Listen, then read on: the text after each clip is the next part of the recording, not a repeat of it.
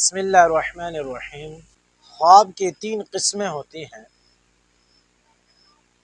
جب تک ہم ان تین قسموں کو نہیں پہچان لیں گے تو پھر ہمیں وہ سچا خواب جسے نبوت کے 46واں حصہ قرار دیا ہے وہ ہمیں سمجھ نہیں آئے۔ اس لیے خواب کی تین قسمیں ہیں۔ پہلی قسم خواب کا وہ ہے کہ انسان دن میں جو خیالات لے کے گھوم رہا ہوتا ہے، دن میں جو تذکرے کرتا ہے، وہی چیزیں رات کو خواب کی صورت میں آ جاتی ہیں، تو انسان سمجھتا ہے یہ خواب ہے، در حقیقت یہ خواب نہیں ہوتا۔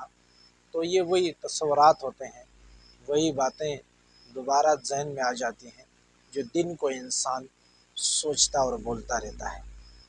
دوسرا قسم خواب کا وہ شیطانی وساوس ہوتے ہیں جو شیطان کی طرف سے ہوتے ہیں، لہٰذا اس خواب کی بھی کوئی حقیقت نہیں ہے۔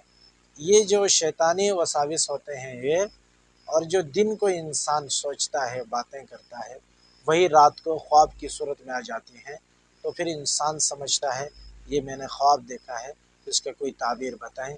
لہٰذا اس کی کوئی تعبیر نہیں ہوتی ہے، یہ کوئی سچا خواب نہیں ہوتا ہے۔ سچا خواب جس کے بارے میں آپ صلی اللہ علیہ وسلم نے فرمایا ہے، سچا خواب وہ ہوتا ہے جو سحری کے ٹائم انسان دیکھتا ہے۔ سحری کے وقت انسان جو خواب دیکھتا ہے وہی خواب سچا ہوتا ہے۔ اس کے سچے ہونے کی وجہ یہ ہے، ایک تو یہ ہے کہ انسان کا پیٹ خالی ہوتا ہے، معدہ خالی ہوتا ہے، اور دماغ پہ کوئی بخار نہیں ہوتا، تو جو چیزیں خواب ہی میں دکھائی جاتی ہیں وہ حقیقت ہوتی ہیں، اس لیے وہی خواب سچا ہے۔ باقی جو دو قسم خواب ہیں یہ خواب جھوٹا ہوتا ہے، یہ خواب سچا نہیں ہوتا ہے۔ اس لیے آپ بار بار جو چیزیں رات کو ذہن میں آ جاتی ہیں اور صبح اٹھ کے پوچھتے رہتے ہیں کہ میں نے خواب میں یہ دیکھا ہے، خواب میں یہ دیکھا ہے، لہٰذا یہ اس کا کوئی حقیقت نہیں